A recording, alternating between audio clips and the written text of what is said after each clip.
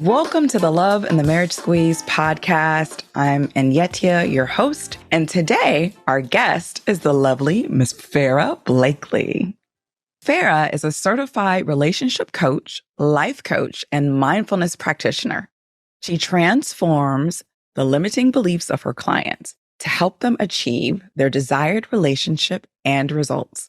Farrah helps busy professionals attract the ideal partner and build healthy relationships, successful and lasting relationships.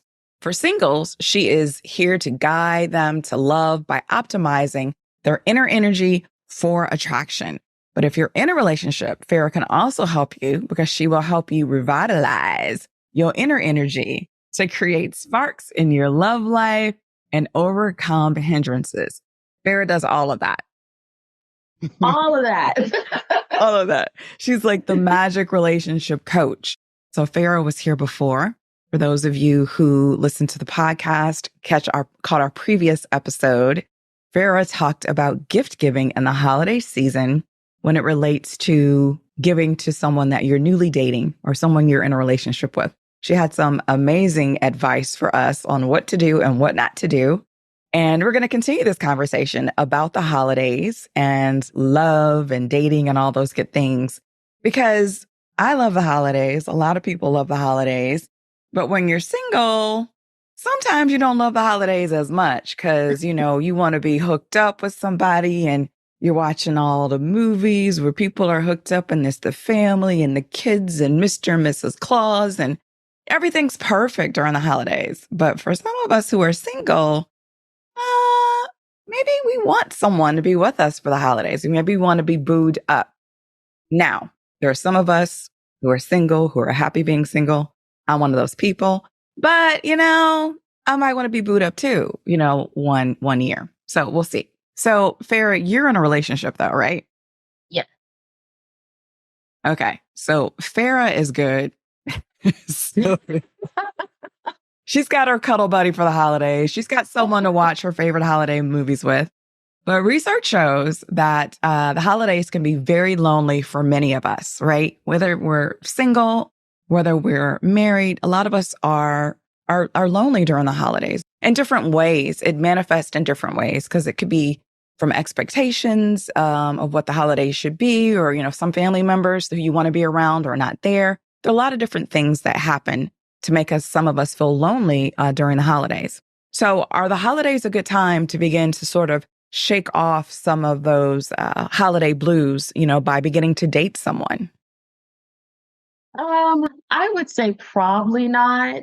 I mean, it depends what you're looking for. If you're looking for just a companion, then I don't think there's anything wrong with that. But if you have the intent that you want a relationship, you want love, you want to find someone that's going to lead to the path of marriage, then I don't think that's a good idea.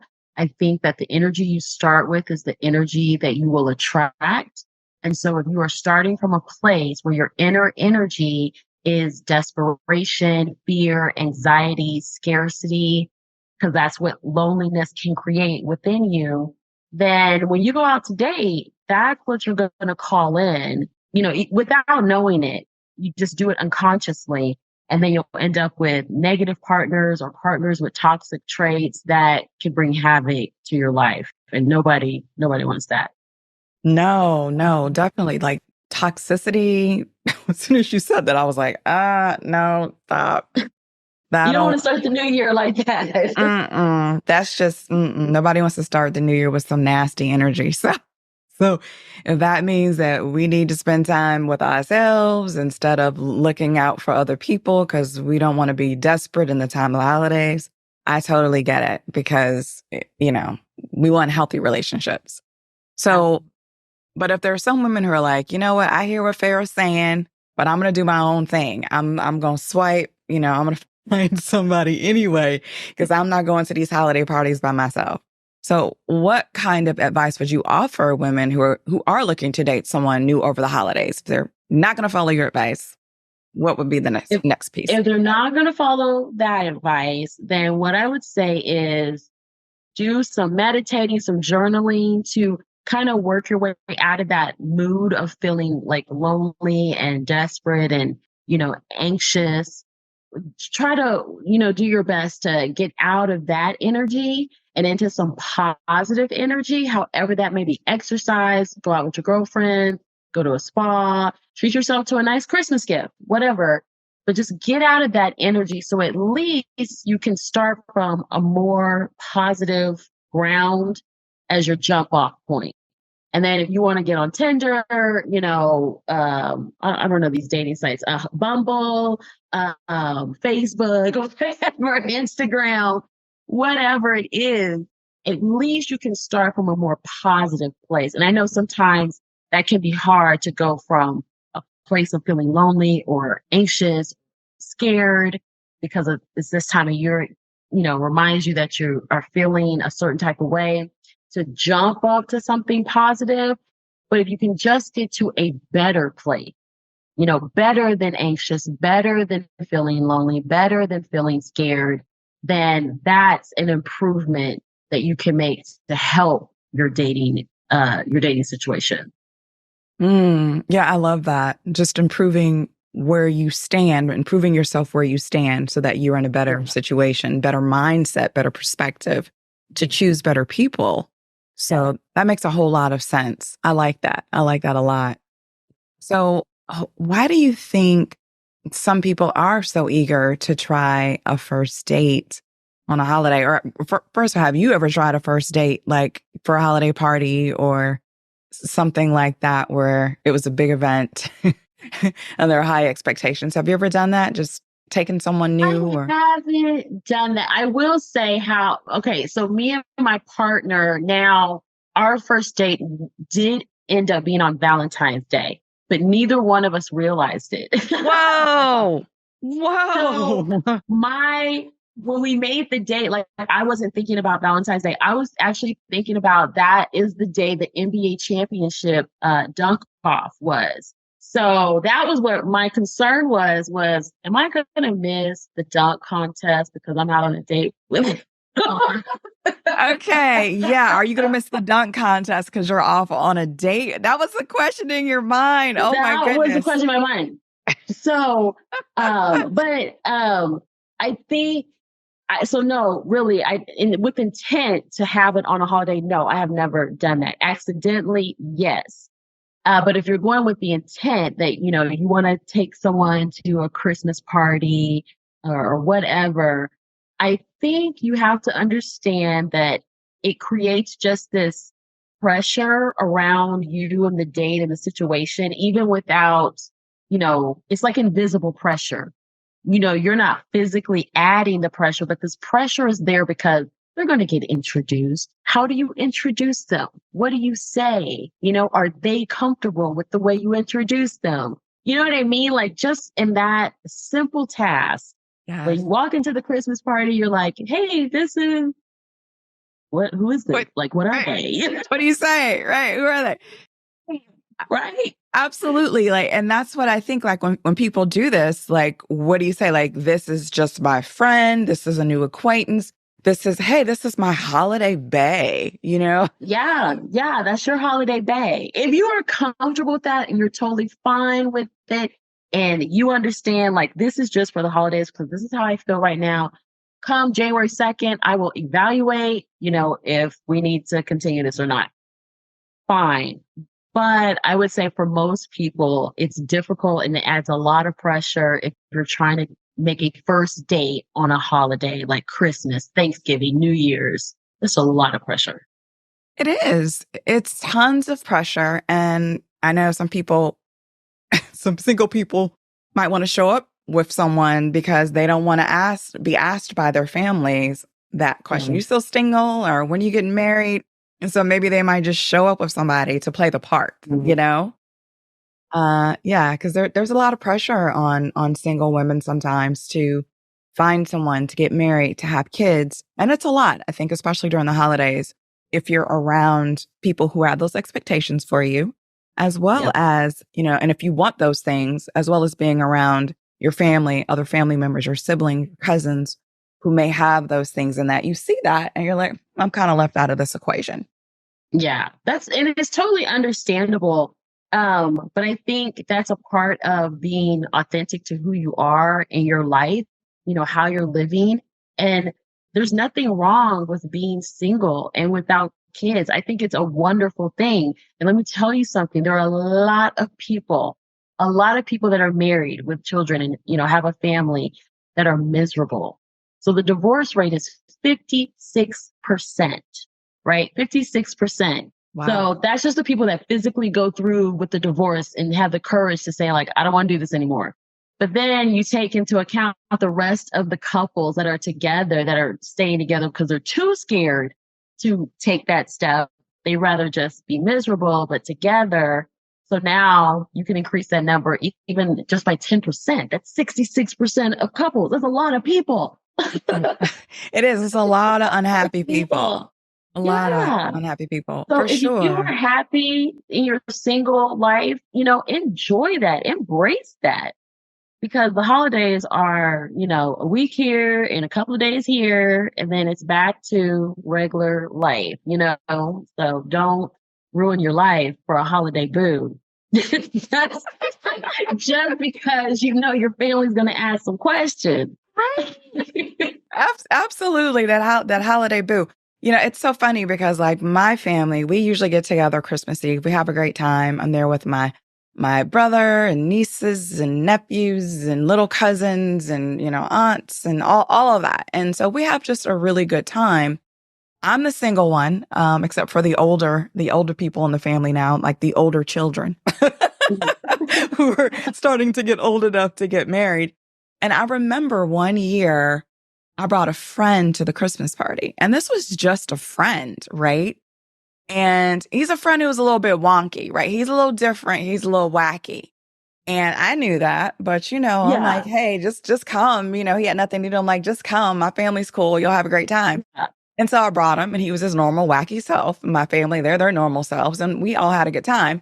But I had a cousin who was like, who's that guy?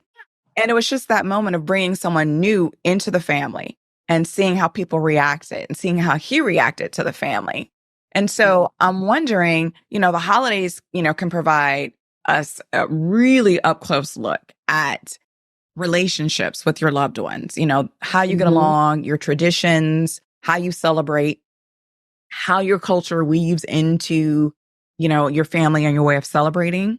So with all of that in mind, it seems like the holidays are a time where you're really dealing with a lot of dynamics.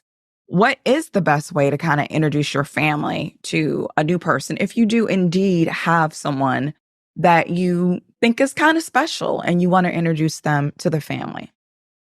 I think that should take time to start introducing someone to the family and letting them get integrated, or you being introduced to their family and you get integrated. That is something that I believe should take time, because I think you and the person really need to build your foundation first before others start being introduced and being, they start influencing and asking questions and getting into your business when really you haven't established a business yet. Right. So, and even if you have established a business, maybe it's not all the way solid. So I think that should take time, because I think in the beginning stages, you really need to hone in, like, is this person for me? Can we make it work? Does our dynamic, your lifestyle, their lifestyle, does it flow together to work? Like all these other things, work schedule, lifestyle, eating habits, quirk, like all these things you have to kind of hone in on.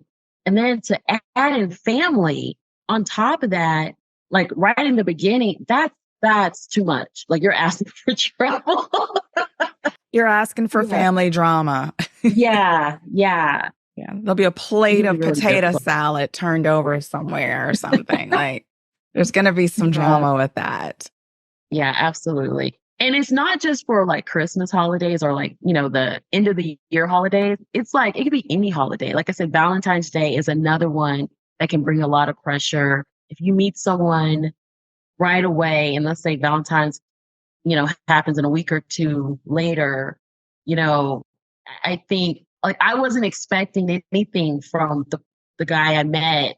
So it was fine. But if you are expecting that, or if you feel like, oh, we should go out, for Valentine's Day, and you've only known them a week or two, that can just create a lot of pressure. Absolutely. Like I definitely feel that. I think I myself have, tried to avoid some of those situations where I would go out with someone on a big occasion just because also, when you bring someone into your family that you're dating, you don't know what their reaction's going to be. I know my family's loving and kind. So they're going to embrace someone no matter what. Like if I Yeah. like them, they're going to like them, they're going to at least, try to welcome them into the family. Yeah. But I know that, you know, all types of occasions, I'm very particular about who I want to bring to a particular a family event or a wedding or things like that, because Yeah. you do want to have a good relationship with that person and know that that person is, quality, that that person is someone that you see yourself at least continuing a friendship with, if nothing Yeah. else, in the future. So, Yeah. absolutely. Yeah. And I think also too establishing that level of trust when you first meet someone that you're beginning to date, because you're bringing them around people that are sacred to you, your family, close friends. This is your intimate environment where you go for safety and, replenishment and fuel, so to bring someone brand spanking new in too soon can sometimes break the level of trust between you and the family or you and the close friends, because this person, they showed you one way, but then when they got around your close relatives and friends, they were like, oh, he was rude, or he hit on somebody, or he was making googly eyes, or he wouldn't eat anything, so then that trust can be broken. But it's just really delicate. Absolutely. And I love how you said sacred space, because that is totally the way that I feel about it, like around my family.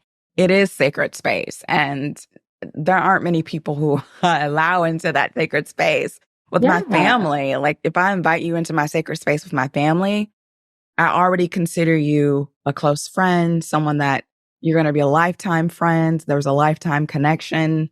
It's pretty much, how I am when I bring you in. Like I'm like, no, this is a good person, and Yeah. you can come in and meet my family. So it's not advisable to bring someone into your family functions, these holiday gatherings, friends or family, if you're not, serious, if they haven't been well vetted, right? If you Yeah. aren't sure about the relationship. But just wondering, have you ever seen one of these holiday bay relationships or situationships working out for the long term? You ever seen that happen? I have not. I have not. And so I think one, because when I've seen it happen, it was a lot of pressure. And so then after the fact, it was like the person, if it was the guy, inviting the girl to, Christmas dinner or Christmas office party, whatever, they had a good time, but afterwards it's kind of like, phew, like they used a lot of energy for that one date. And it's kind of like now that they've passed that date, it's like now you've kind of set the standard unknowingly. You've set this standard where like everything's like, is everything going to be like this from here on out? Because like I said earlier, the way you start something is often the way you finish something. So not every time, but a lot of times. So when you make a first date with a big holiday event, it's just a lot to set the bar at. And that's kind of the standards you set forward. That makes sense. And it even reminds me, I was talking to my sister-in-law recently, and my nephew was dating someone. And she was like, and I haven't met the lady yet that he's dating, the young lady that he's dating. And so my sister-in-law was like, well, maybe he'll bring her to the Christmas party. And immediately I was like, oh, no, no, no, no. I was like, I want to meet her, but I'm like, I need to meet her before the Christmas party, Yes, before the family Christmas party.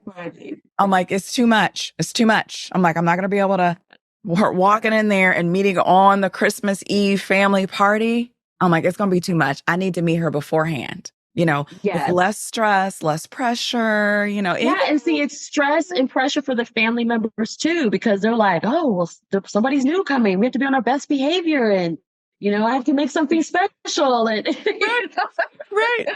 I was already feeling it. So I get it. Cause I was like, oh, no, no, no, no, no. I'm like, I got to meet her before then.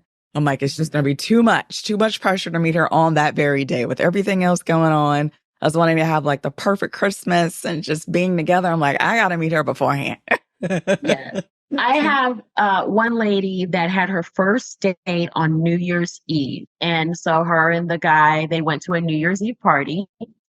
And it became awkward because as the countdown is happening to midnight, they didn't know, like, should they kiss? Because this is a first date. And she wasn't really comfortable with kissing him. And then it's like, well, what do we say to each other when, it's the lights and the fireworks and everything's going off? What do we say to each other? Because usually you're with someone you care about, you're with someone, a friend, you say, I love you, we made it. What's your resolution? You might kiss, hug, but it's a first date. So she was like, we kind of just like stood there. And he did ask her, well, what do you want for the new year? Which I think he was kind of alluding to like them. And she said friendship.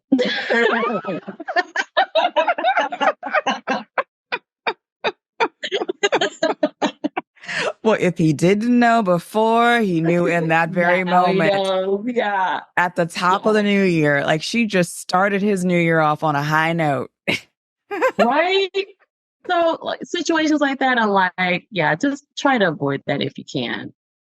That is very smart. So yeah, as a single woman, I have spent most of my New Year's Eves with friends or with family and never really going out on a date or doing anything, super fancy for the most part. They've been pretty simple. And I've certainly enjoyed that because for me, when I was younger, the New Year's Eve, there's always so much expectation about what's going to happen, for the night and how are we going to party? And like, it's like, it's got to be the best night of the entire year. And there's a lot of pressure on that. And so for, single women, what can we do on New Year's Eve? We don't have any dates to kind of bring still a feeling of excitement and romance into our New Year's celebrations. What advice do you have for us? Some things that I like to do and that I have shared with clients to do is to really celebrate you because, when we're living our lives and going throughout the course of the year, we really don't stop and acknowledge all the things that we accomplished, So I think for that night, you should stop and recognize some things that you accomplished. Even if you think they're small, they're not. It's an accomplishment. If you, this whole year you went through your job and you had 2 or 3 really key moments that you're proud of, that's an accomplishment. You should recognize yourself for that.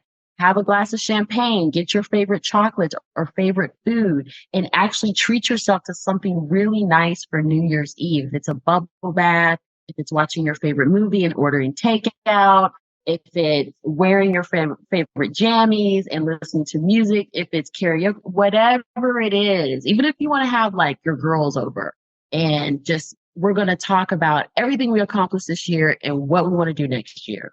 Journal.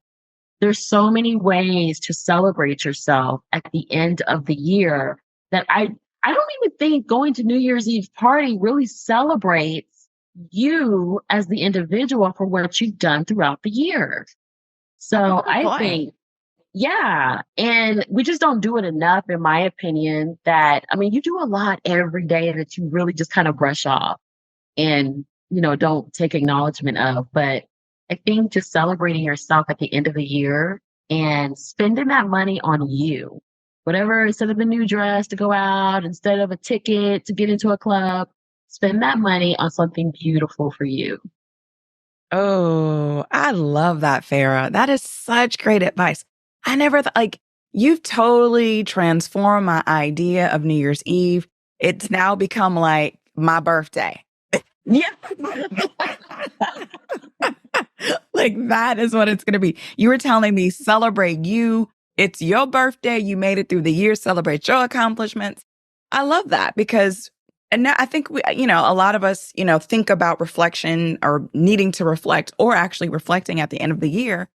But I like the positivity that you bring to it because I mean, at the end of the year, there are so many good things that we've done, but I think often a lot of us are thinking about the things that we didn't accomplish, Thinking Yeah. about New Year's resolutions, it's always often, I think for many people, it's what they didn't accomplish last year and how now I'm going to do it this year. It's the 10 pounds I didn't lose. Okay, let me put it on this year. It's a lot of stress that we're sort of carrying over from one year to the other about what we should be or what we should do, what we should accomplish, as opposed to celebrating and gratitude what we've already accomplished. So that's a transformative way of thinking. See, mindset, mindfulness, relationship. She's just doing all of it. She's spinning it. She's spinning all of it, y'all. The relationship coach, she's working on our mind. She's doing all of it. Yeah. And even if you're in a relationship, a New Year's Eve, you should do that too with your partner. What did you guys accomplish together and separately that you can celebrate each other for? Because I think that's important when you're in a relationship, not to forget to celebrate the other person for the things that they do. Because again, we get into a relationship, gets into a routine, we kind of just shrug off these things we do day to day, week to week, and don't really think about it until, like you said, New Year's, we're like, oh, I didn't lose the 10 pounds and we didn't do this. Yeah, but you went to the gym almost every day and you walk around your neighborhood 6 months out of the year and you slam dunk that presentation at work back in February. So those are things that you have to celebrate. Absolutely. Absolutely. I love it. I love it.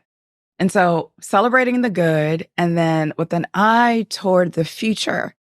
Do you have any advice or tips for single women who want to manifest a relationship in the new year?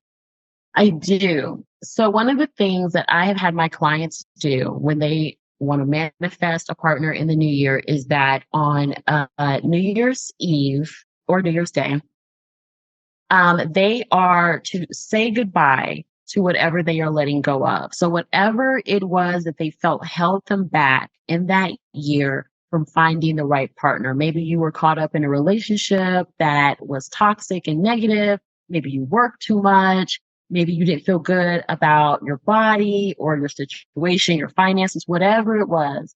You were going to write a goodbye letter to all of that. And then you are going to burn it outside, burn the letter outside, because you are releasing that. You are not taking that in to the next year. So the next year you are physically creating a blank slate for you to start from. And that gives you the possibility that whatever it is you want to manifest can happen. And I ask them to just focus on one or two things, not to have 50 things, because then it gets overwhelming, but just one or two things that you really want to manifest and be very clear when you name these one or two things. Instead of saying, I want to manifest a partner. I want to manifest a partner that is right for me, where we can both be right for each other. Because that means something different than just saying, I want to manifest a partner. I want to manifest a partner that is right for me and I am right for him. Being specific. Yeah. And like we were talking about last episode, being direct. Yes, being direct. Specific, yes. Being direct. That's being direct with the universe, right? Like this is what I want. And being direct with yourself and like figuring out what works best for you. Absolutely, yes. And it may not even be that maybe you want a partner. Maybe you're like, I just want to learn how to date and have fun. Maybe that's where you are in your life. There's nothing wrong with that. Perfect. I want to learn how to date and have fun and be safe and date very attractive men. Ooh, yes. Nothing wrong with that. Bring on the attractive men. If the attractive men in the new year, I'm calling it in. Date with attractive men in the new year. Calling that in. I love it. That's exciting. I'll be very direct with the universe about that. Absolutely be very direct with the universe. Well, this has been absolutely fantastic, Farrah. Do you have any last words or thoughts as we get ready to I don't want to say spiral, but it feels like that because the year's been going so fast, like spiral into the new year. Like it's been such an incredibly fast year, but any final advice before we check into 2024? I would say the last piece of advice would be that everything is possible. So whatever it is that you want that maybe you don't have yet, maybe you don't see it yet, it is possible. So just believe that for yourself when you go into the holidays, the new year, when you go around your family and maybe you don't have a partner, maybe you're not bringing anyone with you. It doesn't matter. There will come a time where you will have that partner that you will show up with at the holiday parties, at the family events, and that will be the right partner. And you two will be in a lasting relationship. Ooh, great words, Farrah. Great words.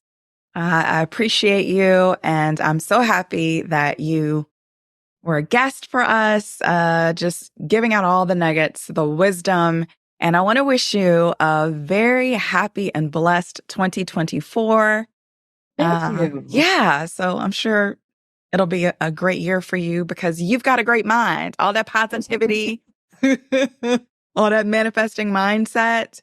So thank you so much. Thank you. Same to you. I wish you a very, very blessed 2024. Thank you. Thank you for listening, and thanks again to our guest, Farrah Blakely. We'd love to have you back, so make sure to subscribe to the podcast and visit our website at themarriagesqueeze.com to get the latest updates on the docuseries. This podcast is produced by yours truly and Jessica Estelle Huggins. A big thank you to our production team, coordinator Michelle Cantu and editor Johanna Rubin. I'll see you next time. Until then, I'm sending lots of love your way.